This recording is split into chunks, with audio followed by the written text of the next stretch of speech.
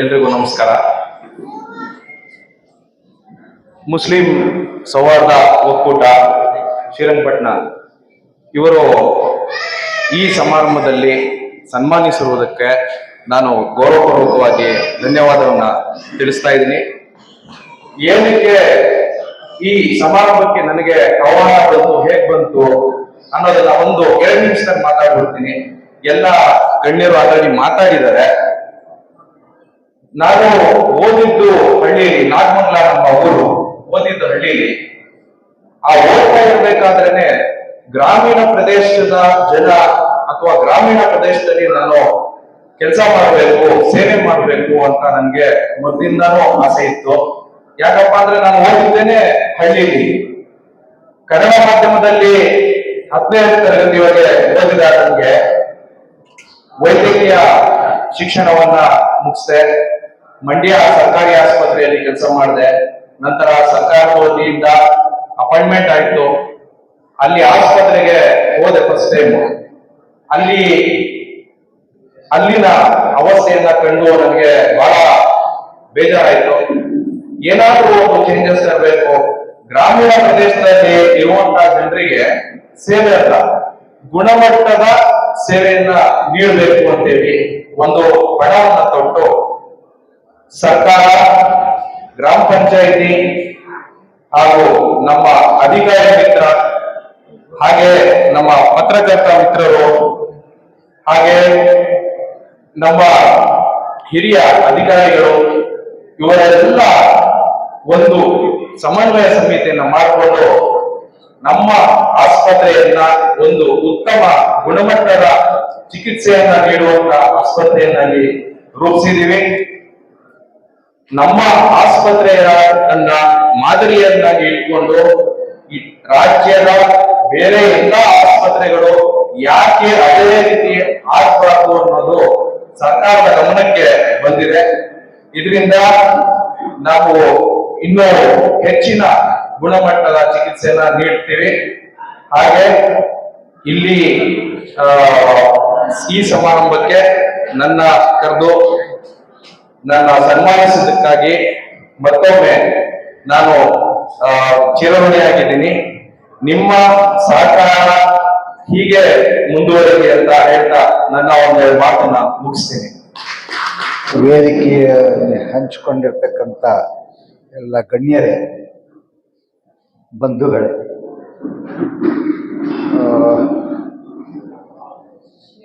ಸಂಸ್ಥೆಯಲ್ಲಿರೋರೆಲ್ಲ ಸ್ನೇಹಿತರು ಗೌರವಿಸಿದ್ದಾರೆ. ಅದಕ್ಕಿಂತ ಮುಖ್ಯ ಮೇಡಮ್ ಜೊತೆ ಇವತ್ತು ನಾನು ವೇದಿಕೆ ಹಂಚಿಕೊಂಡಿದ್ದೀನಿ ಅನ್ನೋದು ಪ್ರಾಯಶಃ ನನ್ನ ಬದುಕಿನ ಒಂದು ಸಾಧನೆ.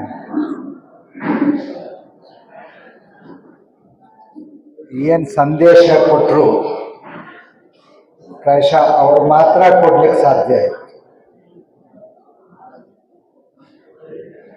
ನನ್ನ ಜೊತೆಗೆ ಪತ್ರಕರ್ತರು ಬೇರೆ ಇದ್ದಾರೆ. ಪತ್ರಕರ್ತರ ಜೊತೆಗೆ ಮಾತಾಡ್ಬೇಕಾದ್ರೆ ನಾವು ಬಹಳ ಎಚ್ಚರಿಕೆಯಿಂದ ಇರ್ತೀವಿ. ಪರಿಸ್ಥಿತಿ ಆಗಿದೆ.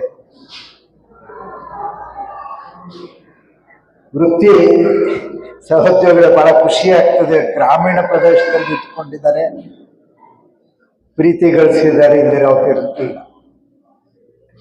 ನಮಗೆಲ್ಲ ಶಕ್ತಿ ತುಂಬಕ್ಕೆ ಪೈಲ್ವಾನರು ಕೂಡ ಇದ್ದಾರೆ.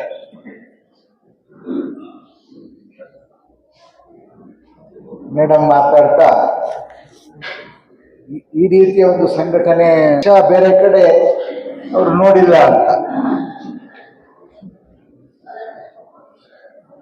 ಇಲ್ಲಿ ಸಾಧ್ಯ ಇದೆ. ಯಾಕೆಂದ್ರೆ ಇಲ್ಲಿ ಅದನ್ನು ಹೇಳಿದ್ರು, ಸೂಕ್ಷ್ಮವಾಗಿ ಹೇಳಿದ್ರು. ಇದು ರಾಜಧಾನಿಯಾಗಿತ್ತು ಹತ್ತತ್ರ 200 ವರ್ಷಗಳ ಕಾಲ. ಅದರಲ್ಲಿ 100 ವರ್ಷಗಳ ಕಾಲ ಅತ್ಯಂತ ಪ್ರಮುಖವಾದ ದಕ್ಷಿಣ ಭಾರತದಲ್ಲಿ ರಾಜಧಾನಿಯಾಗಿತ್ತು. ಒಂದು 30-40 ಒಂದು ಸ್ಥಳವಾಗಿತ್ತು. ಸೌಹಾರ್ದ ವಾತಾವರಣ ಇಲ್ಲಿರ್ಬೇಕಾದ್ರೆ ಹೈದರ್ ಮತ್ತು ಟಿಪ್ಪು ಒಂದು ಮುಖ್ಯ ಕಾರಣ. ಒಂದು ನಾಲ್ವಡಿಯಂತ ದೊರೆಗಳು ಇದ್ದದ್ದು ಕೂಡ ಕಾರಣ.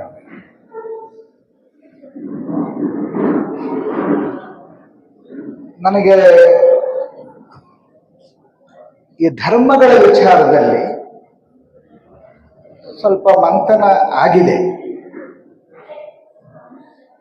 ಈ ಮಾತನ್ನ ಮೇಡಮ್ ಬಳಸೋದು ಪ್ರೀತಿ. ಪ್ರಾರಂಭದಲ್ಲಿ ಬಸವಣ್ಣನವರ ಬಗ್ಗೆ ಹೇಳ್ತಾ ದಯೆಯ ಧರ್ಮದ ಮೂಲವಯ ಅಂತ ಹೇಳಿ, ಆ ದಯೆ ಬರಬೇಕಾದ್ರೆ ಆ ಒಳಸೆಲೆಯಾಗಿ ಪ್ರೀತಿ ಇರಬೇಕು.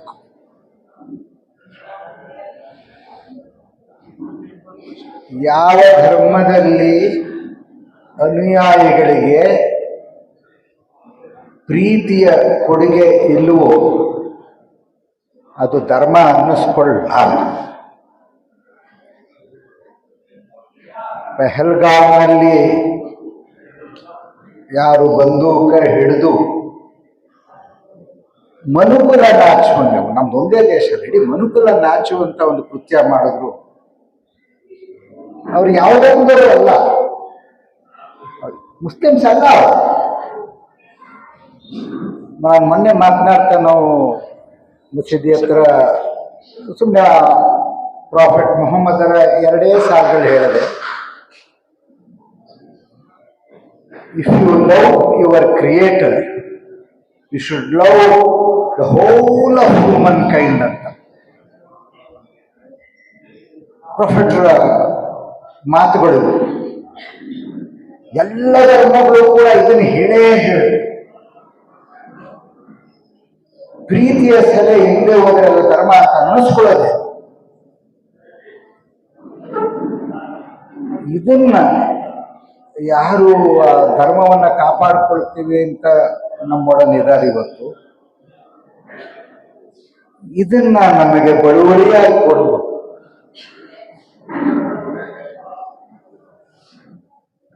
ದ್ವೇಷದಿಂದ ದ್ವೇಷನ ಅಳಿಸ್ಲಿಕ್ಕೆ ಆಗೋದೇ.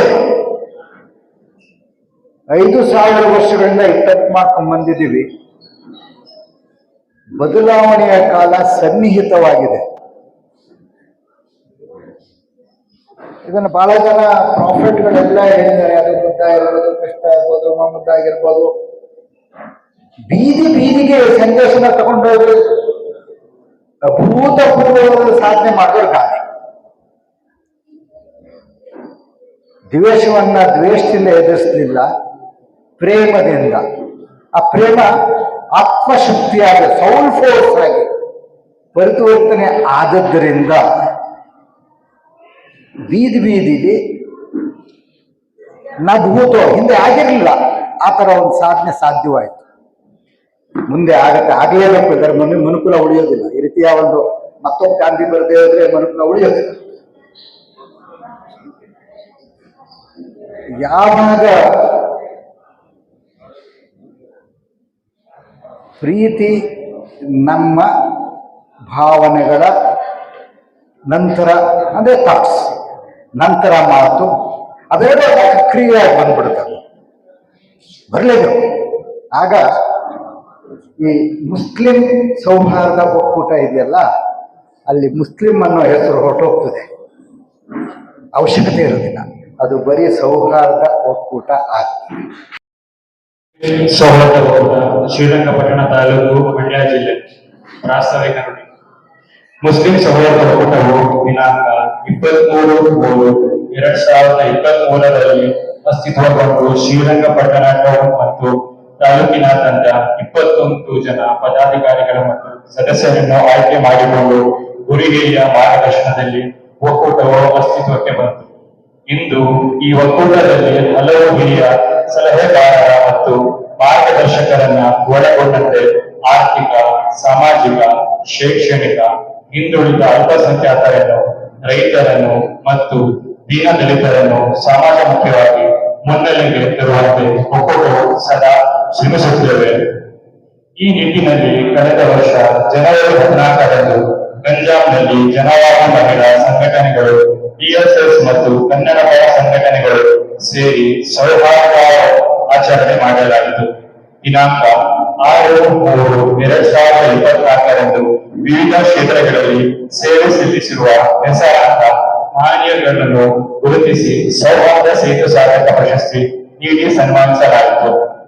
ಏಪ್ರಿಲ್ ತಿಂಗಳಲ್ಲಿ ಸಂಜೆಯ ಪ್ರಕಾಶನದಲ್ಲಿ ಪ್ರಜ್ಞಾವಂತ ವೇದಿಕೆಯ ಸಂಚಾಲಕರಾದ ಶ್ರೀಯುತ CS ವೆಂಕಟೇಶ್ ರವರ ನೇತೃತ್ವದಲ್ಲಿ ಸೌಹಾರ್ದ ಇಫ್ತಿಯಾರ್ ಕೂಟ ನಡೆಸಲಾಯಿತು. ದಿನಾಂಕ 14/4/2024 ಎಲ್ಲಾ ಪ್ರಗತಿಪರ ಸಂಘಟನೆಗಳೊಡನೆ ಕೂಡಿ ಡಾಕ್ಟರ್ BR ಅಂಬೇಡ್ಕರ್ ಅವರ ಜಯಂತಿಯನ್ನು ಆಚರಿಸಲಾಯಿತು.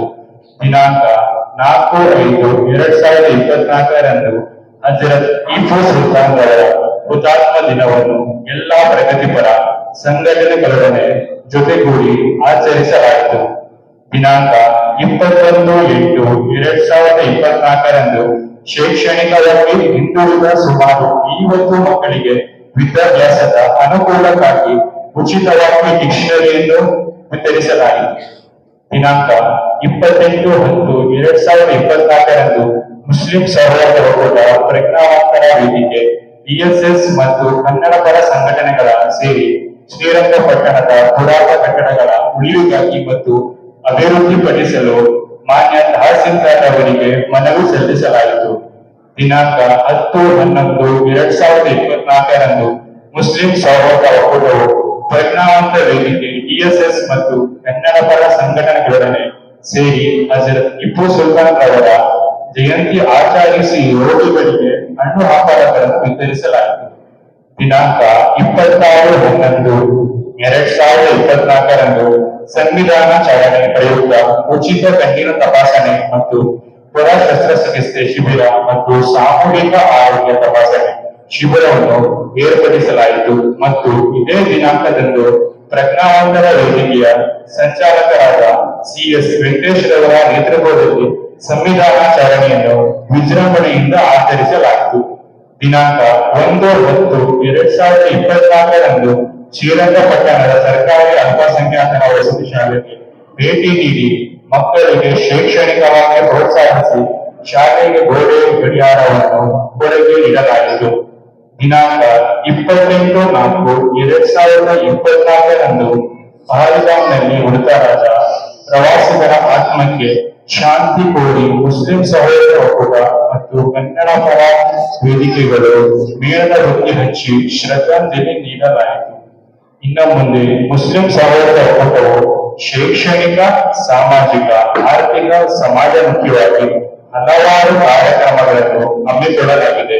ಆದ್ದರಿಂದ ತಮ್ಮಗಳೆಲ್ಲರ ಆಶೀರ್ವಾದ, ಸಹಕಾರ ಹಾಗೂ ಮಾರ್ಗದರ್ಶನ ಕೋರಲಾಗಿದೆ. ಪ್ರಾಸ್ತಾವಿಕ ನುಡಿ ಮಂಡಿಸಲು ಅವಕಾಶ ನೀಡಿದ್ದಕ್ಕಾಗಿ ಧನ್ಯವಾದಗಳು. ಜೈ ಹಿಂದ್, ಜೈ ಕರ್ನಾಟಕ, ಜೈ ಭೀಮ್. ಧನ್ಯವಾದಗಳು.